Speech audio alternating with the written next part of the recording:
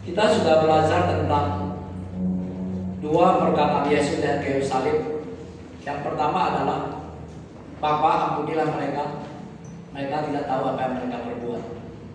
Minggu lalu kita melihat perkataan kedua Yesus dan kayu salib. Hari ini juga, sekarang juga engkau bersama-sama aku di Firdaus. Dia bicara kepada seorang penjahat besar yang ada di sebelahnya. Nah, hari ini kita akan melihat perkataan Yesus yang ketiga yang berkata, Ibu, inilah anakmu. Kalau dia bicara sama Yohanes, Yohanes, inilah ibumu. Yesus menyerahkan ibunya kepada Yohanes, murid yang dikasihinya.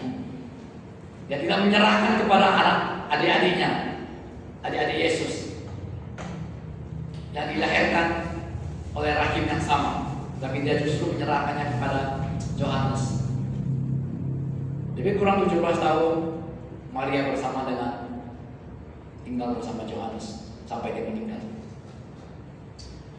Kalau kita perhatikan Yesus pada kayu salib, sebelum kematiannya, sebelum dia disalibkan, semua orang berteriak, salibkan dia, salibkan dia, salibkan dia.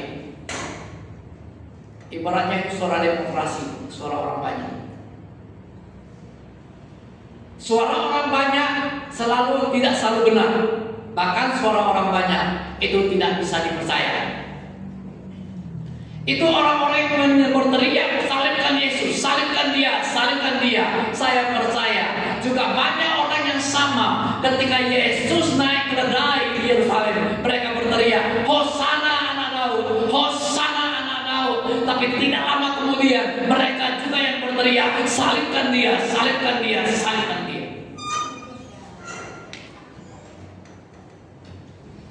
Petrus yang berkata, aku rela, aku siap mati demi engkau, aku akan mati bersama-sama dengan engkau. Tapi Petrus juga yang menyangkal dia.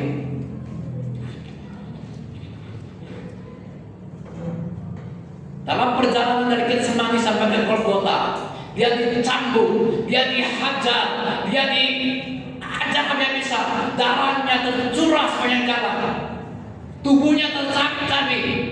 Kemana semua murid-muridnya? Kemana semua orang yang berteriak, Hosana anak Daud, Hosana anak Daud? Justru mereka berteriak kembali dengan bahasa yang kebalikannya, salibkan dia, salibkan dia. Justru yang mengikuti dia adalah para perempuan yang melayani, setia melayani dia. Para perempuan-perempuan yang setia melayani dia, termasuk Maria, ibunya Yesus, terus mengikuti dia sepanjangnya sampai dia disalib dan mereka ada di bawah kayu salib.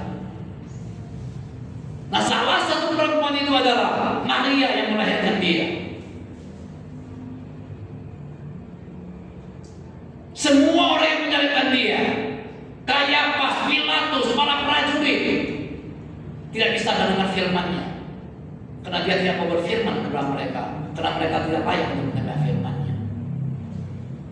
Ketika dia dari kayu salib, hanya ada beberapa orang yang layak mendengar firman-Nya, sehingga dalam firman-Nya itu, dalam salib itu dia tidak banyak berfirman. Dia hanya 7 kali berfirman dari kayu salib. Dan salah satu yang ketiga ini dia katakan kepada Maria ibunya, Ibu, ini anakmu. Ya, kita baca firman Tuhan. Mari kita baca bersama-sama. 3, 2, 1 ya. Ketika Yesus dan ibunya dan murid yang dikasihinya di sampingnya, berkatalah ia kepada ibunya, Ibu, ini anakmu. Kemudian dia berkata katanya kepada muridnya, ini ibu. Dan sejak saat itu murid itu menerima ia di dalam rumah. Murid itu siapa? Yohanes. Menerima ibunya Yesus, Maria, tinggal di rumahnya, menjaganya, melindunginya. Firman Tuhan yang ketiga yang kayu salib inilah dia bicara langsung pada para perempuan, khususnya pada ibunya. Untuk menjadi seorang ibu Yesus, untuk menjadi seorang yang melahirkan Yesus, orang berpikir dia mendapat anugerah besar, satu sukacita besar. Tapi coba kita bayangkan, kita pelajari, tidak mudah untuk membesarkan Yesus, tidak menerimanya. Makanya ada begitu banyak wanita di dunia ini, hanya Maria mendapatkan itu yang bisa mengandung dia. Nah, Maria bisa melahirkan dia karena nggak mudah. Bayangkan hamil di luar nikah.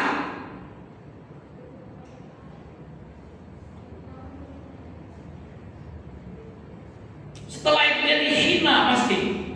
Dia diragukan. Termasuk Yusuf sampai mau menceraikan dia. Padahal mereka sudah bertunangan.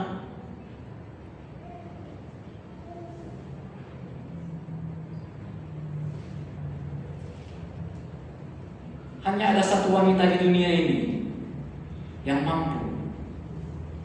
Dia berkata, "Hai ibu, ini anakmu." Dalam terjemahan dikatakan, "Hai wanita, ini anakmu." Sakit. Minggu lalu saya sudah singgung. Bagi Maria, Yesus anak kandungnya. Bagi Maria, Yesus adalah anak kandungnya Maria. Bagi Maria, 9 bulan tinggal dalam kandungannya. Dalam kesakitan dia melahirkan Yesus di kandang domba. Bukan sesar. Sebagaimana orang yang melahirkan anak sempat berapa sakitnya, begitu juga sakitnya Maria melahirkan Yesus. Bahkan tanpa bidan. Bisa bayangkan betapa sakitnya ini. Secara kasat mata, secara lahiriah, Maria tahu ini adalah anak kandungku.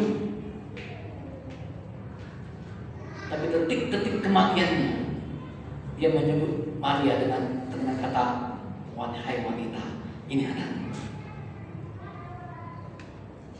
Dia bilang sama Yohanes, "Ini ibumu." Dengan kata lain, "Aku bukan anaknya." Sakit, tertusuk jantung itu.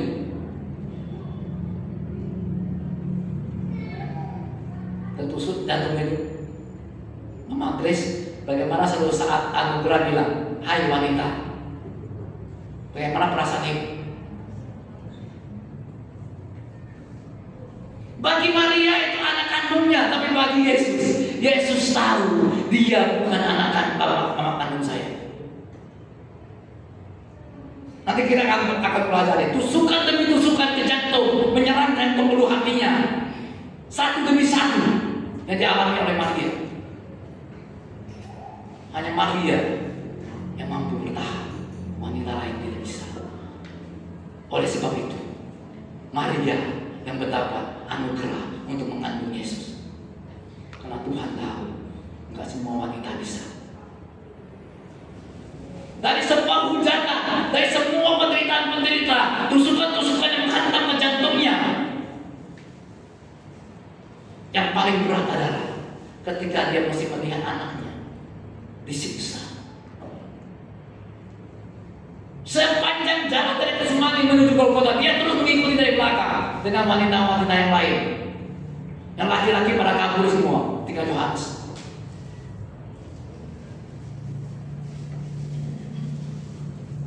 Itu orang yang dulu berteriak, "Hosana anak Daud, Hosana anak Daud," hilang semua. Sampai 2 muridnya pun lari kampung, lari kembali ke kampungnya, kembali ke desa. Sampai di tengah jalan, Yesus sadarkan mereka. Bukankah mereka tidur bersama Yesus, makan bersama Yesus, menerima mujizat Yesus, melihat Yesus melakukan perkara-perkara besar? Ketika Yesus melakukan perkara-perkara keajaiban, semua mengagungkan dia, semua memuji dia. Tapi saat ketika dia ditangkap, sepanjang jalan dari Getsemani sampai ke Golgota, semua meninggalkan dia. Sakit itu, sangat sakit. Tapi lebih sakit lagi Maria yang melihat anaknya selangkah demi selangkah memikul salib, selangkah demi selangkah dicambuk, selangkah demi selangkah darah berceceran. Seorang ibu tidak mampu melihat anaknya meninggal. Dia bisa menghadapi orang tuanya meninggal, dan sangat sulit sekali menghadapi anaknya meninggal. Itu hanya meninggal normal. Apalagi detik-detik kematiannya itu, sepanjang jalan dia lihat dengan mata kepalanya. Bagaimana dia disiksa, bagaimana dia dicambuk dengan kain yang begitu dahsyat.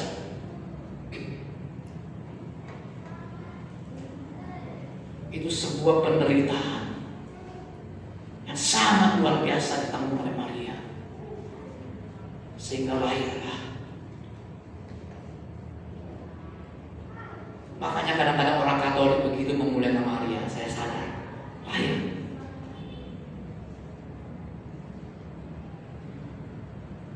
Saya berharap sih mereka tak menyembah Maria, cuma ingat peristiwa itu, ingat pengorbanan Maria itu luar biasa sekali, sehingga layak aja dibikinkan patung, tapi bukan untuk disembah. Sekarang saya sadar, sepertinya mereka pantas, Maria layak mendapat tempat itu. Tidak mudah. Next.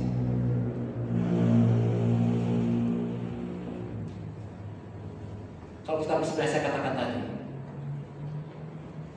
hanya perempuan-perempuan yang terus mengikuti dia dari belakang. Ternyata wanita lebih berani daripada pria. Yang kita bilang pria hebat, laki-laki hebat. Kalau kita melihat dari peristiwa kejadian kematian Yesus, ternyata wanita lebih berani. Wanita-wanita yang mengikuti Yesus itu ada termasuk wanita salah satunya Maria, tapi ada begitu banyak wanita yang dimuliakan, bahkan ada yang pelacur, yang kerasukan roh jahat. Tapi ada juga perempuan-perempuan yang melayani Yesus dan kekayaannya. Nah, mereka ini yang mengikuti Yesus terus dari belakang sampai di samping.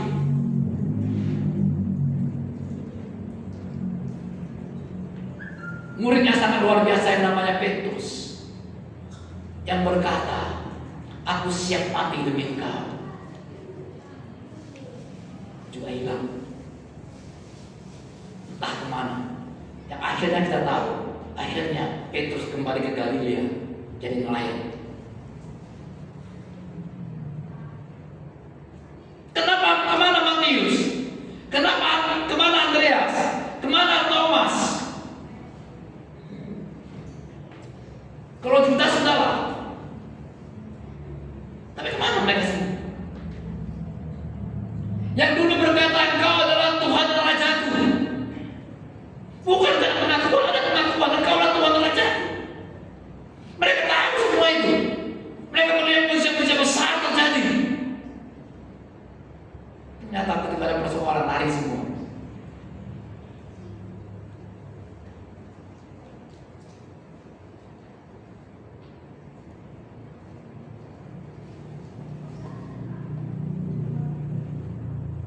Hampir sama seperti dunia politik, ya kan? Dulu yang berteriak-teriak, maki-maki Prabowo, sekarang sama Prabowo.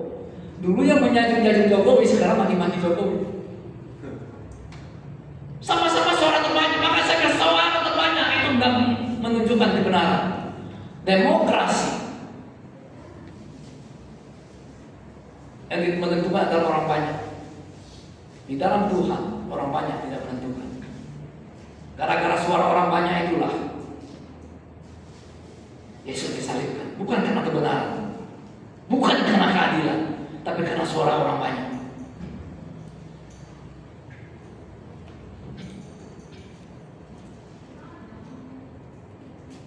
Next.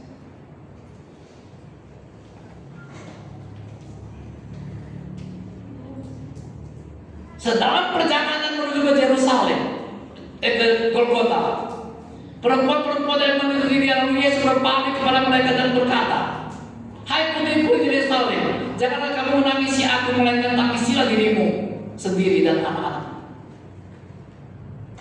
Yesus menoleh ke belakang. Dia akan menyebut putri dan putra.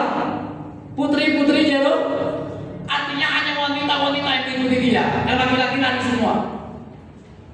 Mereka datang, mereka tidak sanggup melihat siksaan demi siksaan, cambukan demi cambukan, mereka menangis sejadi-jadinya. Tapi Yesus berkata, hai putri-putri Yerusalem, jangan menangisi aku. Tangisilah dirimu dan tangisilah anak-anak. Artinya apa? Yesus tidak mau orang campur tangan terlibat dalam keselamatan itu. Dia mau menanggung sendiri. keselamatan itu tidak bisa ada campur tangan orang. Sehingga dia berkata, mengasihani dia pun tidak boleh. Karena dia mau naik atas kayu salib itu murni. Tidak boleh ada campur tangan manusia.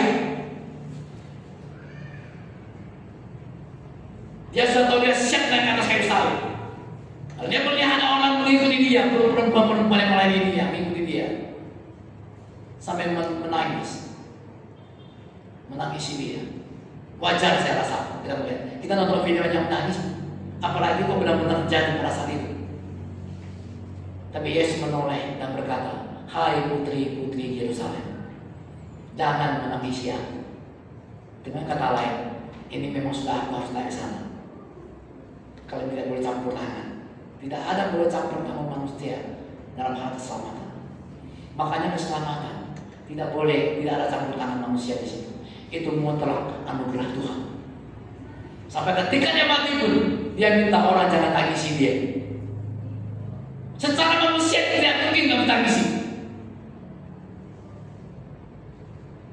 Dia tidak perlu dikasihani, dan dia tidak mau dikasihani.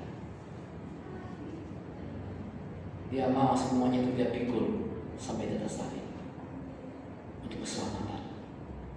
Keselamatan tidak boleh ada campur tangan manusia, termasuk ibunya. Makanya dia bilang, aku bukan anak. Padahal dia tahu persis itu ada anak kandungnya. Dari sudut Maria itu benar-benar anak kandungnya. Dari mata Yesus bukan. Tapi apakah bisa bilang bahwa itu bukan anak kandungnya? Mengandungnya 9 bulan ke kandungan, melahirkannya dengan seperti itu.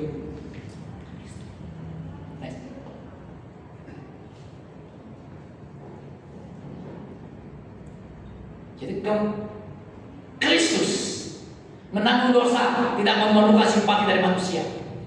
Karena manusia memerlukan kasihnya, dan bukan dia memerlukan kasih manusia. Maka dia bilang sama perempuan-perempuan itu, jangan tangis ya. Dengan kata lain, kalian tidak perlu mengasihi aku, tapi akulah yang telah mengasihi kalian. Sekilas seperti sangat sombong, sekilas kenapa seperti itu? Aku tak membutuhkan kasih kalian. Makanya Alkitab mengatakan 1 Yohanes 4:10, inilah kasih itu, yaitu Allah lah yang telah mengasihi kita, bukan kita yang mengasihi.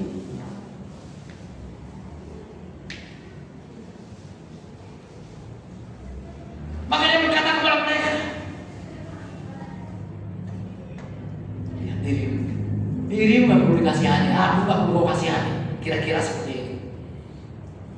Next.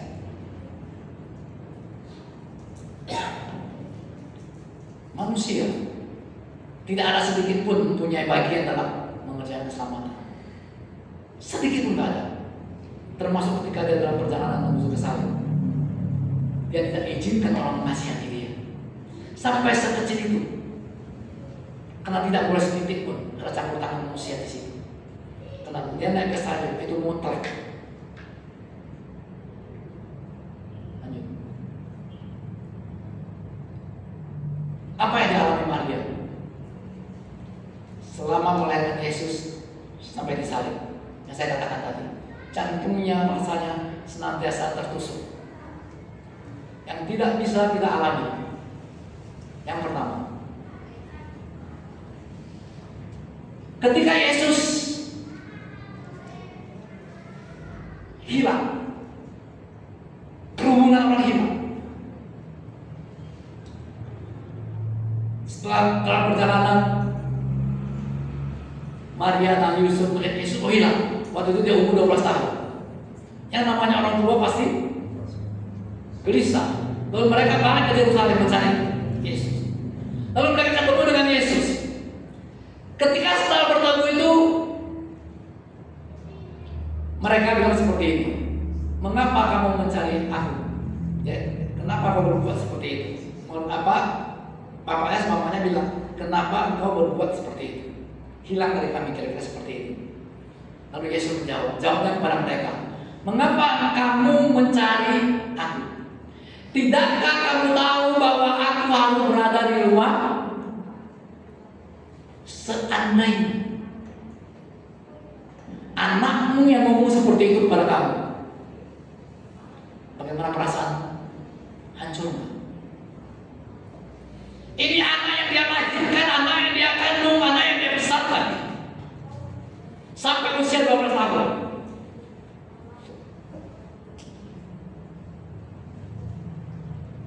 Begitu ketemu khawatir, ketemu, apa yang kamu cari aku? Dia nggak main kenapa ibu cari aku. Dia bilang kenapa kamu cari aku? Bukankah kamu tahu aku harus tinggal di rumah bapakku? Dengan kata lain, kau bukan ibuku. Aku harus tinggal di rumah bapakku. Ada bapak yang lain, ada orang tua yang lain selain dari mereka berdua. Dengan kata lain, dia mau berkata kalian bukan orang tua. Sebenarnya Yesus memberi kisi-kisi kepada mereka bahwa aku bukan anak kandung kalian. Tapi kalau secara frontal dia ngomong seperti itu kan kasar, betul nggak? Tapi dia udah kasih kisi-kisi itu. Tapi kita sulit bagi Maria untuk mengatakan bahwa itu bukan anak kandungnya. Bagi Yusuf mungkin bisa bahwa Maria, Yesus bukan anak kandungnya. Bagi Yusuf bisa, bagi Maria nggak bisa. Dari sejak pandang manusiawi bagi Maria itu tidak mungkin bahwa Yesus bukan anak kandungnya. Tapi Yesus selalu memberi kisi-kisi bahwa engkau bukan ibu kandungmu. Pertanyaan saya adalah, kira-kira sakit nggak itu?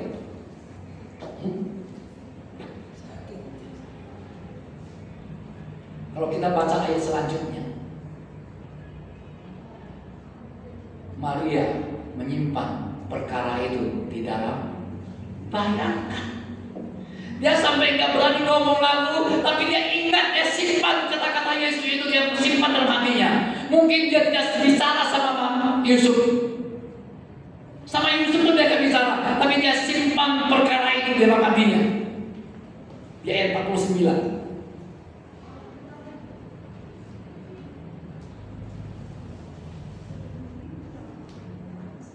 Nggak mudah. Bukan saja Yesus menderita di kayu salib, si Maria yang melahirkan dia dalam perjalanan yang membesarkan Yesus usia 33 tahun itu nggak mudah.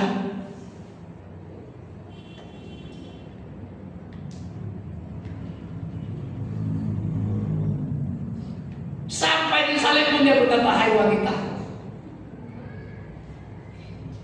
ini anakmu. Dia tunjuk Yohanes Pembaptis. Bahkan dia tidak tunjuk adik-adiknya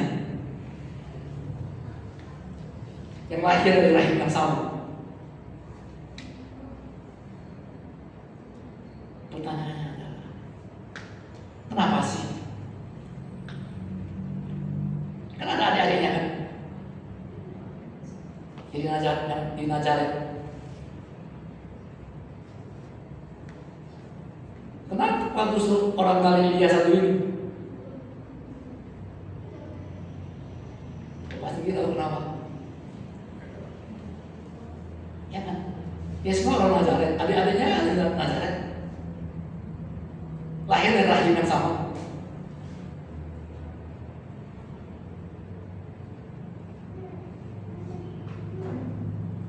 Dia justru berkata kepada Yohanes, pada muridnya, dia bilang, ini ibu. Ibu ini anakmu. Kenapa nggak dia bilang dia adiknya satu persatu? Anak kandungmu si A, si B. Ada Jakobus itu, berarti bukan Jakobus yang ini. Adik-adiknya. Jawabannya adalah karena adik-adiknya nggak percaya kepada dia. Hanya orang yang percayalah yang layak disebut anak. Makanya hari ini kita lebih berharga dari adik-adik Yesus. Kenapa? Karena kita percaya. Amin.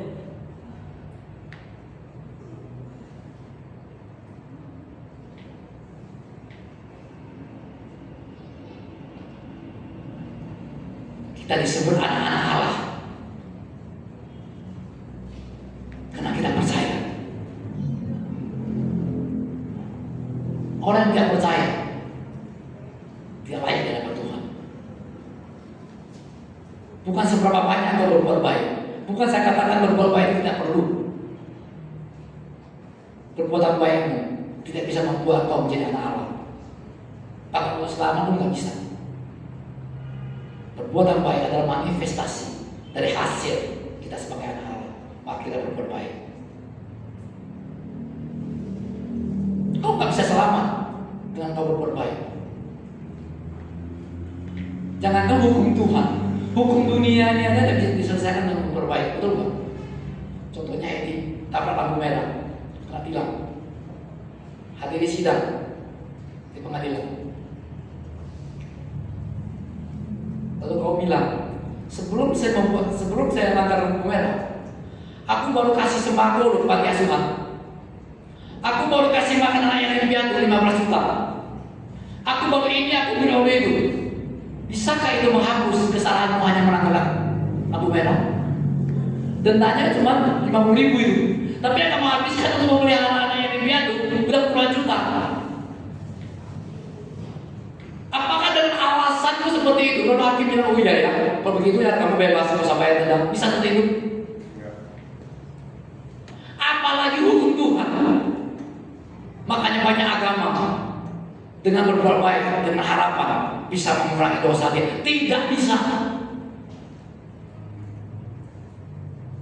Hukum dunia ini saja mungkin bisa lolos dengan berbagai banyak perbuatan. Seandainya perbuatan baik ini bisa membuat seperti itu, maka amanlah orang-orang kaya itu.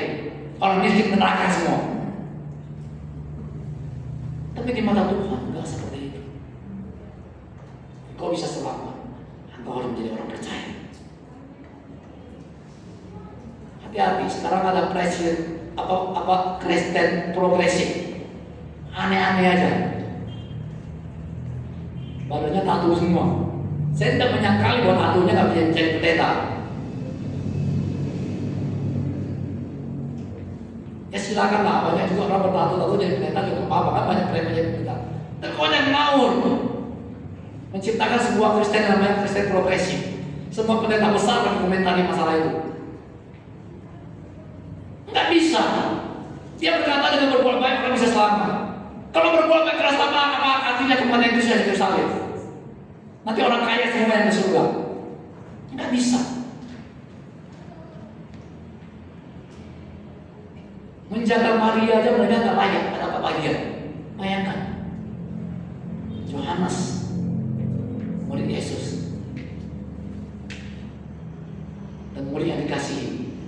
Luar biasanya murid yang dikasihi hanya ada terdapat di kitab Yohanes, nggak ada di kitab lain.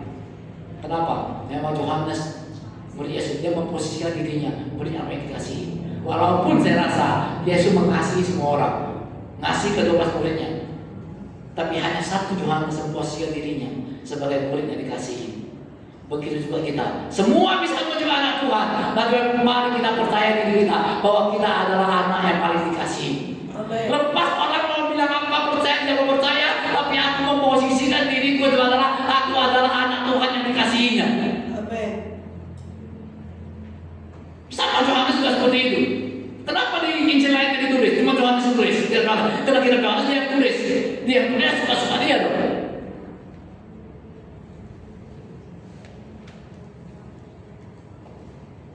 Makanya kita katakan Yesus melihat anak yang dikasihinya, murid yang dikasihinya, ibu ini anak. Dia bilang sama murid yang dikasihinya, ini ibu. Dengan kata lain, itu dia sama kamu jaga.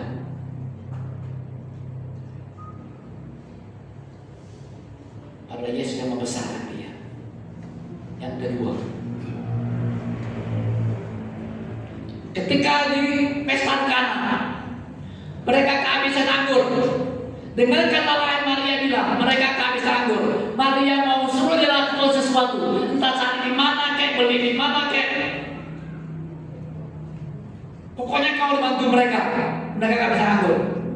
Jawabannya adalah, kata Yesus kepadanya, mau apakah engkau daripada aku ibu? Saat aku belum tiba. Dengan kata lain, kau mau ngapain suruh aku?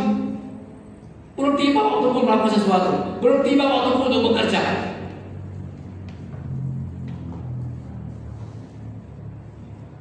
Sakit hati Maria? Saya percaya sakit. Ini Allah Walaupun kita tahu akhir ceritanya, air berubah menjadi, dan itu adalah mukjizat pertama yang dibuat Yesus sepanjang hidupnya.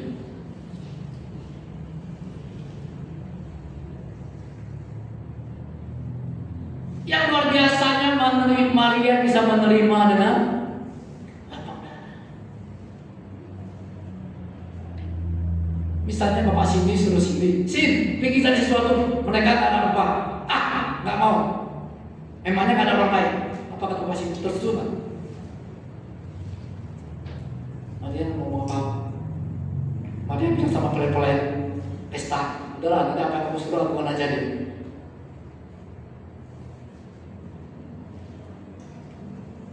Saya nggak tahu apakah Maria memang tahu dia bisa membuat mujizat. Saya rasa enggak.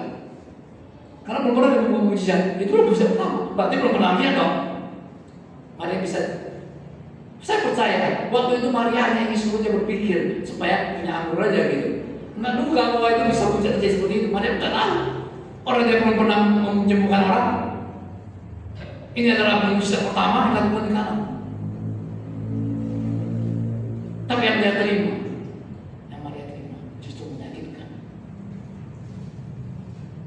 yang ketiga, Maria mendapat cemooh pasti. Enggak mudah. Hamil di luar nikah.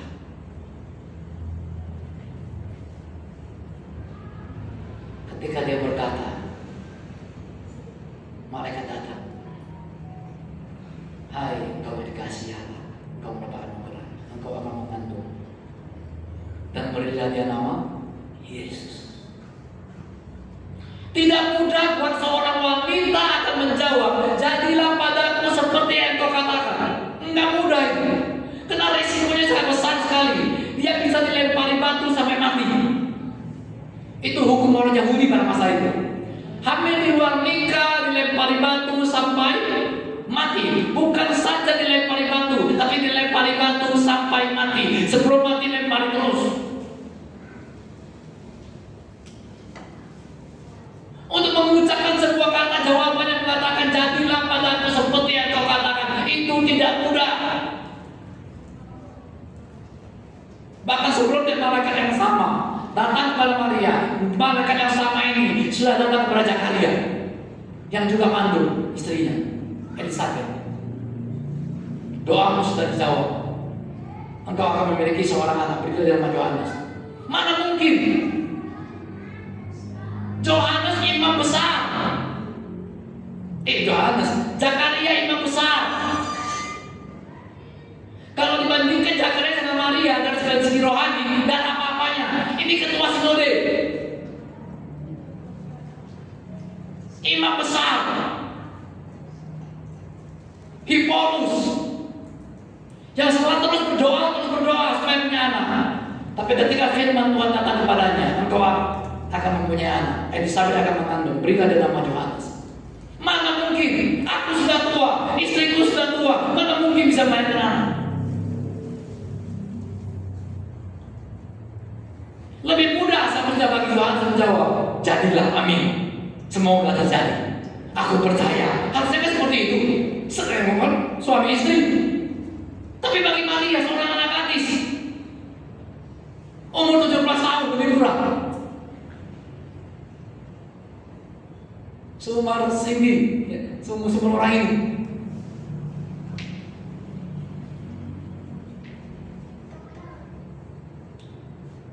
Engkau akan mengandung. Responnya berbeda. Dia tahu risiko, tahu. Zakaria ada risiko enggak? Kalau Elisabeth hamil, kan ada risiko kan?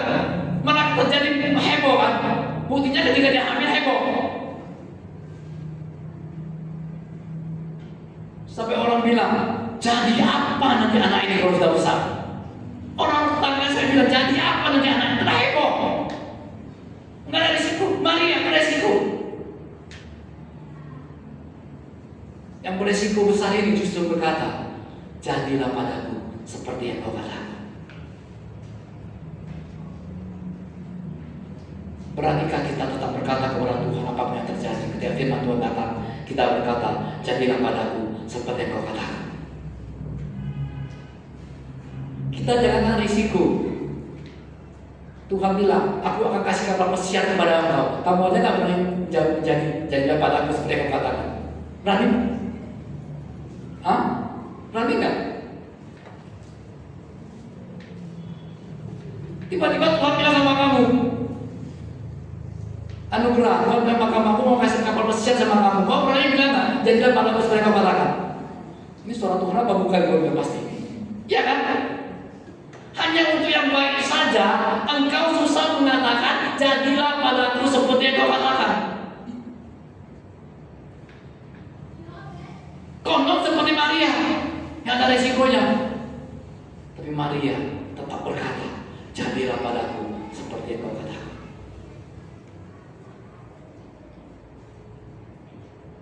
Orang yang terlalu hebat rohaninya, ketika berhadapan dengan Tuhan, belum tentu bisa lebih baik. Ternyata Maria, anak gadis kecil, yang bisa meresponi Tuhan lebih baik daripada imam besar. Ini bukan imam biasa, imam besar. Karena hanya imam besar yang masuk ke ruang Maha Kudus. Karena kalau kau Maha Kudus, ada salah sikit mati di ruang Maha Kudus. Makanya ketika mereka mau masuk ruang Kudus, kakinya diikat ke tali. Kalau lama enggak dikasih lonceng, ada lonceng bunyi, tarik tinggal mayat. Waktu itu cakarnya agak lama, mereka udah curiga ini jangan-jangan mati. Rupanya enggak, begitu dia keluar bisu. Jemaatnya tahu, ini pasti terjadi sesuatu di dalam bait Allah.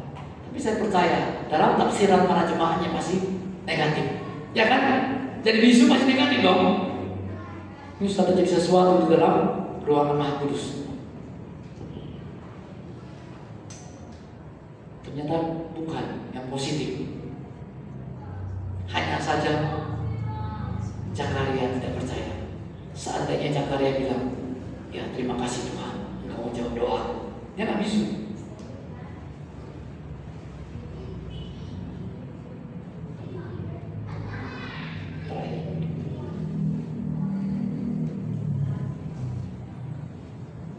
Ketika Yesus selagi sedang rame-rame mau mujizat, ibadah segala macam, tiba-tiba ada orang datang, ibunya datang sama saudara-saudaranya datang, ingin menyembah Yesus. Yesus bilang begini, ibuku dan saudaraku ialah mereka yang mendengarkan firman Allah dan melakukannya. Dengan kata lain, Yesus bilang sama mereka yang datang kasih kabar itu, ibumu datang sama saudara-saudaramu, sama adik-adikmu. Bilang sama mereka, ibuku adalah mereka yang melakukan firman Tuhan. Dengan kata lain ibu mengatakan, mereka bukan ibuku, bukan saudara-saudara. Sakit, tertusuk pak jantung itu. Sekali lagi saya katakan, hanya Maria yang mampu menanggung itu. Tidak ada wanita di dunia ini yang sanggup menanggungnya itu tanpa penyesalan. Ada orang yang menanggung karena terpaksa, ya kan? Tapi dia tidak. Semuanya itu dia simpan dalam hatinya. Makanya nggak ada penderitaan dunia ini yang terlalu berat. Kita aja merasa berat. Untuk membandingkan penderitaan Maria itu cukup berat.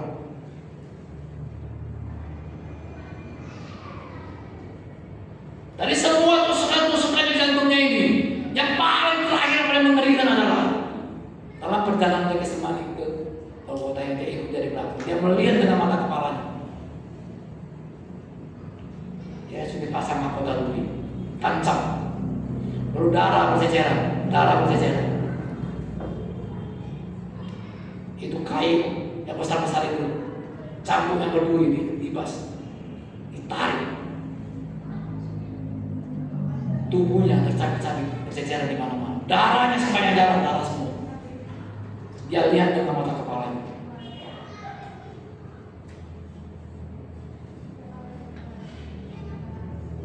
Kalau kita sebagai ibunya Ya kan? Aku nggak sanggup melihat itu. Mati sajalah. Melihat anak sakit di rumah sakit aja menderitanya minta ampun. Siapa yang pernah melihat anak di rumah sakit? Ibu Tambunan pernah ya? Siapa tulis yang di apa? Yang di Batam?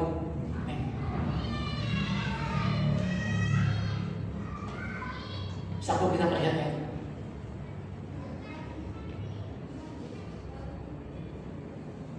Kita melihat anak kita kalau demam berdarah, ditarik darahnya ini segini,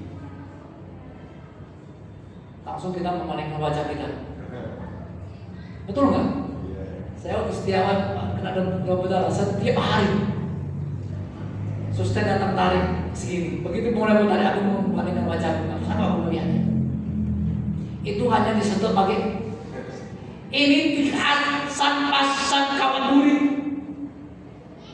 dicambuk, dipukul, diejek, diludahi sepanjang jalan, selangkah demi selangkah, selangkah demi selangkah. Dia saksikan dengan mata kepalanya sendiri.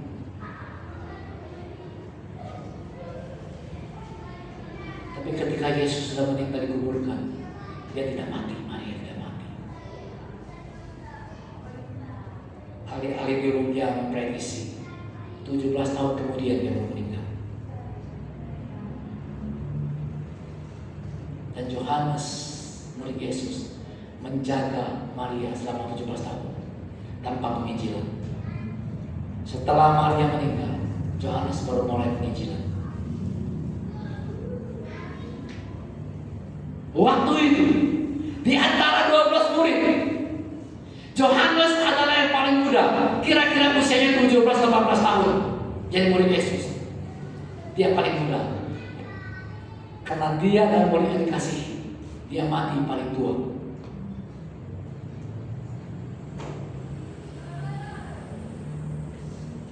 Maka ahli teologi yang mengatakan kitab Yohanes ditulis sama Yohanes itu 90 tahun setelah Injil yang lain selesai ditulis. Berarti Yohanes hidup 100 tahun lebih. Yang lain-lain pada mati. Ada yang mati terbalik, saat terbalik Petrus. Semua mati dengan cepat. Yohanes mati terakhir. Dipanggil paling muda, mati paling tua. Itulah kalau dia percaya karena dia adalah murid yang dikasihi. Begitu juga kita, saudara dan saya. Engkau harus percaya bahwa engkau adalah anak yang paling dikasihi Tuhan. Coba bilang bagi kanan, kamu adalah anak yang paling dikasihi Tuhan.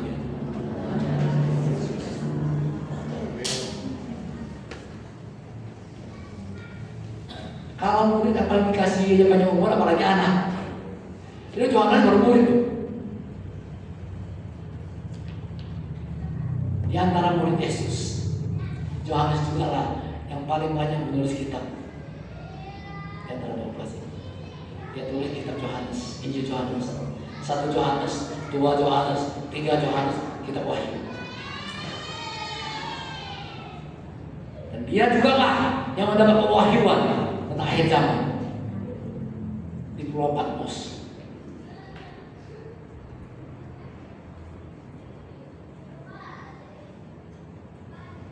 17 tahun dia nggak mau ngapain, menjaga mamanya Yesus.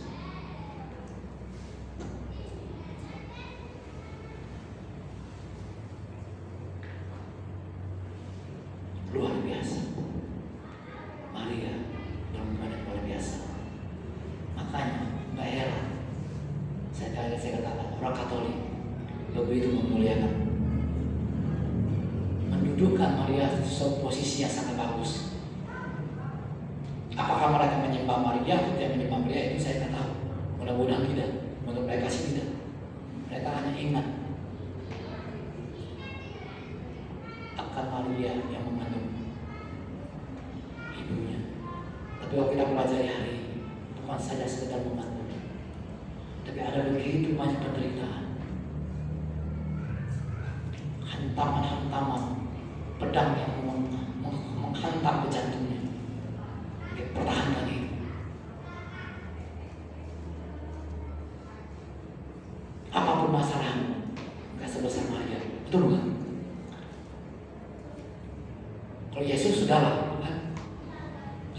mengimbangi itu.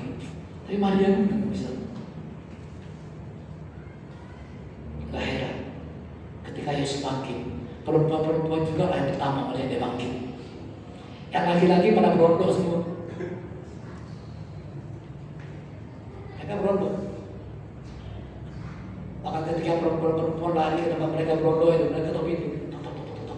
Siapa? Mereka pikir orang Farisi juga mau lagi menghabisi mereka. Ini aku. Apa? Yesus bangkit. Kamu ngigau. Bahagialah engkau, wahai perempuan. Tapi engkau punya perempuan, hati perempuan seperti Maria. Begitu luas, begitu lebar.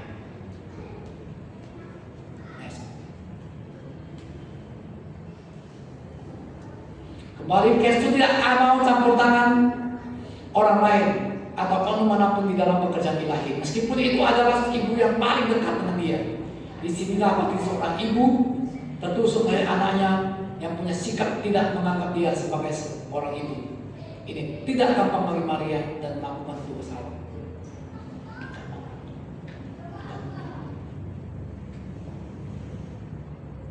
Dia yang melahirkan, tapi dia tidak secara langsung, sepertinya orang tidak secara langsung. Bisa kita menghadap, kita bisa seperti Maria. Ini adalah perkataan ketiga Yesus. Nanti minggu depan kita akan belajar perkataan keempat Yesus dan kayu salib. Sampai selesai 7 perkataannya di atas kayu salib. Setelah itu kita akan belajar tentang apa iya kita anak Allah. Kenapa kita bisa menjadi anak Allah?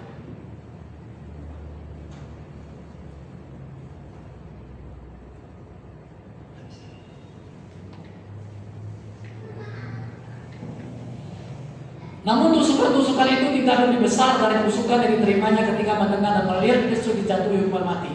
Kematian sang anak adalah hal yang paling menusuk hati seorang ibu. Tusukan-tusukan demi tusukan yang dialami sebelum Yesus mati tidak lebih berat, tidak lebih ngeri daripada tusukan ketika dia melihat anaknya dihukum mati.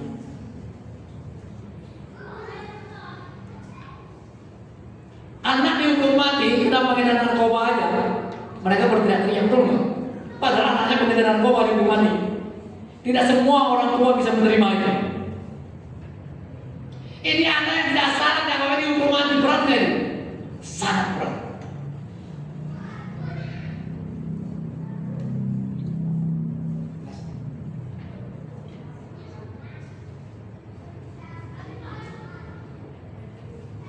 Yesus tidak menyerahkan Maria kepada hati-hatinya yang ada di Nazaret, karena mereka belum menerima dia sebagai.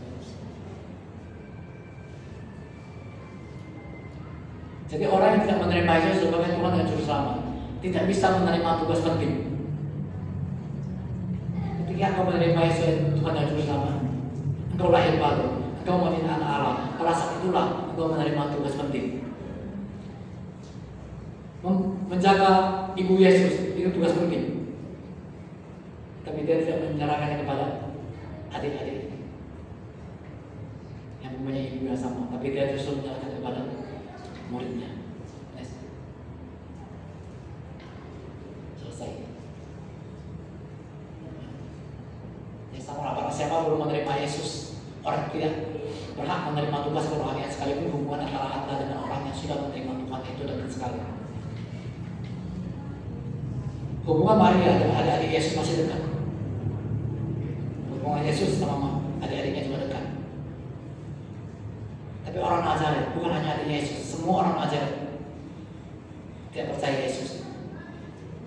Ya kan? Siapa dia? Adik-adiknya sama kita semua. Alkitab akhirnya menulis di Nazaret Yesus tidak melakukan banyak mujizat, hanya menyembuhkan beberapa orang karena mereka tidak percaya, termasuk adik-adiknya. Orang Nazaret saja tidak percaya, apalagi yang tinggal serumah dengan dia, betul kan? Lebih tidak percaya lagi, makan sama saya, artinya abang saya ini. Abang saya. Kan mungkin ada bisa begitu. Masa Mesias abang saya? Bayangkan mereka hanya untuk menjaga ibunya dan menghadap kesempatan. Tapi Yohanes murid dikasih justru yang mendapat kesempatan. Yuk kita putus.